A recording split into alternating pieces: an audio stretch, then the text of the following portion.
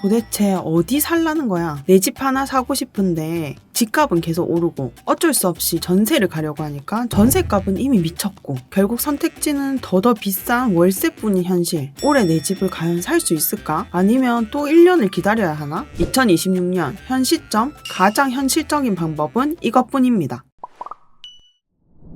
지난해 부동산 대책 이후 부동산 시장은 요즘 날씨만큼이나 깡깡 얼어붙었습니다. 대출 규제와 실거주 의무 강화로 집을 사려고 하는 사람들은 여전히 수요는 많은데 정작 시장에 나와 있는 매물은 크게 줄어든 상황이죠. 그 결과 거래는 줄었지만 집값은 오히려 버티거나 오르는 흐름을 나타내고 있습니다. 이런 구조 속에서 내 집 마련은 현실적으로 더 어려워졌고 당장 집이 필요한 사람들은 전세나 월세로 밀려날 수밖에 없는 상황입니다. 제가 지난 콘텐츠에서 전세 월세가 많이 오를 거라고 말씀을 드렸는데요. 전세를 살 건데 전세 매물을 구하기가 어려울 거예요. 그럼 전세가가 계속 올라갈 거예요. 그럼 월세 가격도 또 올라가겠죠. 전세나 월세나 동반해서 같이 올라가게 될 거다. 전세 월세 시장이 예상대로 심상치 않습니다. 몇 가지 이유가 있는데요. 먼저 신축 아파트 조건부 대출 제한 및 실거주 의무가 확대되었습니다. 소유권 이전 조건부 대출이 금지되면서 신축 아파트에 들어오는 세입자들은 전세 대출을 받기 어렵게 되었죠. 게다가 집주인들이 신축 아파트에 직접 들어와서 실거주를 해야 되는 의무가 생기면서 입주하는 집주인들이 대폭 늘었습니다. 결국 세입자들은 신축 아파트의 전세 혜택을 얻을 수 없게 되었고 신축 아파트는 무주택자들의 그림의 떡이 돼버린 겁니다. 두 번째로는 기존 전세 대출의 2+2 계약갱신 요구권으로 인해서 회전율이 감소를 또 했어요. 2020년 7월에 도입된 계약갱신 요구권으로 인해서 기본적으로 4년 동안 전세 매물이 나오지 않게 되는 거죠. 과거처럼 전세 물량이 빠르게 회전하는 시대는 끝났다는 겁니다. 더 큰 문제는 4년 후에도 집값은 이미 또 많이 올랐고 다른 전셋집을 또 구하기 어렵기 때문에 살고 있던 집에 전세금을 올려주면서 눌러앉아 버리는 현상이 발생한다는 점이에요. 결국 기존 주택의 전세 매물도 회전이 안 되는 거죠. 이렇게 기존 매물과 입주 물량의 전세 공급이 막히면서 총체적인 공급 부족의 상황이 벌어진 겁니다. 이런 이유로 전세금은 증가했고 자연스럽게 전세 수요가 월세로 향하면서 월세 가격조차도 올라갔습니다. 사실상 모든 게 좀 올라간 최악의 상황이 벌어진 거죠. 도대체 어쩌다가 이렇게까지 오게 된 건지 참 서글프기도 해요. 그렇다면 올해 이런 전월세 지옥에서 벗어나려면 어떻게 해야 될까요? 제가 그 방법 3가지에 대해서 이야기를 해드리려고 해요. 첫 번째는 공공분양 청약을 넣는 겁니다. 2025년 공공물량은 약 22,000호였지만 2026년에는 서울 수도권 기준 약 29,000호로 크게 늘어났습니다. 특히 정부에서 내놓는 공공분양 같은 경우는 청약 통장에 월 25만원씩 납입을 하면서 준비가 가능하고 시세 대비 저렴한 가격에 내 집 마련을 할 수 있죠. 실거주 목적이라면 가장 안정적인 선택지가 될 겁니다. 가점이 낮아도 특별 공급이나 추천제 물량을 노릴 수도 있기 때문에 전월세만 계속 반복해서 보셨던 분들은 꼭 반드시 체크해야 되는 부분이에요.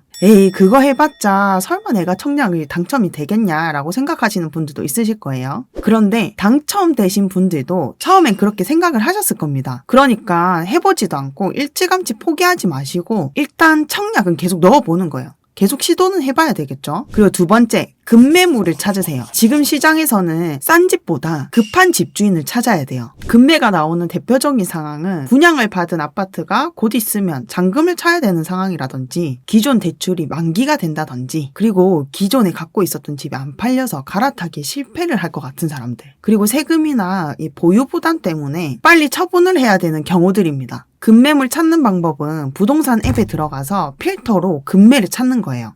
여기 네이버 부동산에 들어왔는데요. 제일 첫 번째 탭을 보면 가격대 같은 거 설정을 할 수 있겠죠. 예를 들어서 나는 수도권에 있는 거 8억 이하인 아파트를 찾고 싶다. 그래도 어느 정도 세대수가 있어야 되기 때문에 300세대 이상인 거는 찾고 싶다라고 하면 이렇게 각각에 맞게끔 필터를 걸을 수 있습니다. 그리고 상세 매물 검색 부분을 클릭을 하면 여기서 층수도 선택을 할 수 있고요. 만약에 나는 1층을 원한다라고 하면 1층 선택하면 되겠죠. 그리고 방, 욕실수 같은 것도 선택을 할 수 있습니다. 그리고 방향은 어떻게 되어 있는지 확인할 수 있고 융자금은 솔직히 크게 상관없어요. 어차피 소유권 이전을 하면서 다 없어질 거기 때문에. 그리고 기타 옵션을 보면 우리가 급매라는 메뉴 칸이 있습니다. 이걸 클릭을 하면 그래도 시세 대비해서 급매로 나온 물건들을 한눈에 좀 볼 수 있게끔 도와준다는 거예요. 그런데 제가 이 영상을 찍기 위해서 서울에 있는 아파트들을 둘러봤거든요. 그런데 지금 현재 상황에서는 서울에서 급매물을 찾는 게 정말 어렵습니다. 왜냐면 이전에 실거래된 가격 대비해서 기본적으로 8천만 원, 1억씩은 더 올려서 매물이 올라와 있더라고요. 그래서 한 가지 예시를 제가 한번 가지고 와봤어요. 면목동에 있는 아파트인데 이전 최근 실거래가는 6억 8천만 원입니다. 그런데 지금 나와 있는 매물 자체도 너무 작기도 하고요. 이 매물이 7억 3천만 원이 나와 있어요. 그러면 얘는 5천만 원 올려서 나왔단 말이에요. 근데 내가 이 집을 사고 싶었는데 그 전에 6억 8천만 원 거래됐는데 7억 3천만 원에 못 사겠는 거예요. 그런 마음이 더 커집니다. 그러면 6억 8천만 원까지만 나와도 싼 거구나. 내가 이 정도 금액이면 그래도 살 의향이 있는데 라고 생각이 드는 분들이 있으실 거예요. 그러면 이런 분들은 어떤 전략을 세워야 되는지에 대해서는 제가 또 그 다음 방법에서 설명을 또 드려볼게요.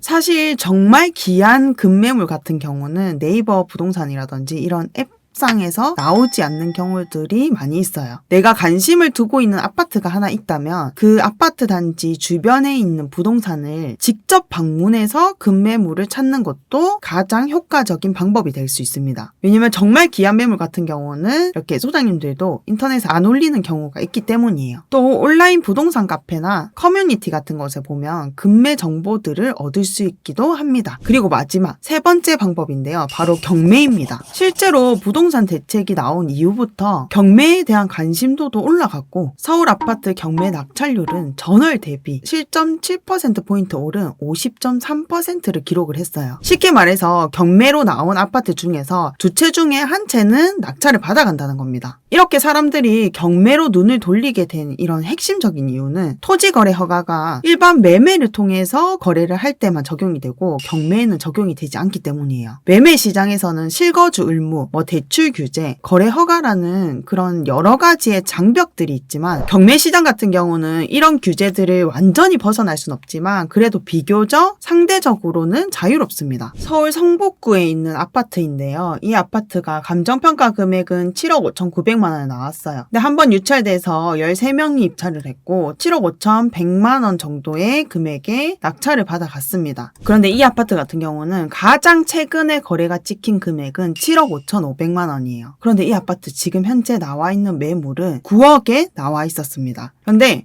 그 매물조차도 쏙 들어가 버렸어요. 그러면 내가 이 아파트 5구 타입을 매매로 사고 싶은데 살 수가 없어요. 그리고 9억짜리가 매물이 올라와져 있었다 하더라도 이전에 거래됐던 금액이 7억 5천만 원인데 내가 어떻게 1억 5천만 원이나 더 주고 살 수가 있겠어요. 그래서 이 낙찰받아간 분 같은 경우는 내가 이 아파트를 사고 싶어도 못 사는 상황인데 이전 실거래된 가격 그대로 거래를 할 수 있게 된 겁니다. 이처럼 경매 같은 경우는 장점이 많기 때문에 지금 같은 상황에 경매가 급부상을 하고 있는 거고 매력적인 선택지라는 증거입니다. 경기는 점점 더 어려지고 자금 여건은 더 빠듯해지고 이런 상황에서 과연 내 집을 살 수 있을까? 1년 더 기다려야 될까? 아니면 지금 사야 할까? 이런 고민들을 하고 계신 분들이 정말 많으십니다. 하지만 가장 중요한 것은 남들이 어떻게 하느냐가 아니라 지금 내 상황에서 할 수 있는 가장 최선의 선택을 하는 겁니다. 2026년 부동산 시장에 또 다른 새로운 변화가 일어날 수 있지만 그 변화는 누구도 명확히 예측을 할 수는 없어요. 그래서 더 중요한 건 막연한 기다림이 아니라 내 지금 상황을 정확히 파악을 하고 감당 가능한 범위에서 기준을 세우고 다양한 시나리오를 공부를 하면서 나만의 전략을 세워 나가야 되는 겁니다. 지금은 정답을 맞추는 시장이 아니라 자신에게 맞는 기준과 전략을 세우는 사람이 살아남는 시장입니다. 충분히 공부하고 준비해서 2026년을 후회 없는 한 해, 성공적인 한 해를 만들어 나가셨으면 좋겠습니다.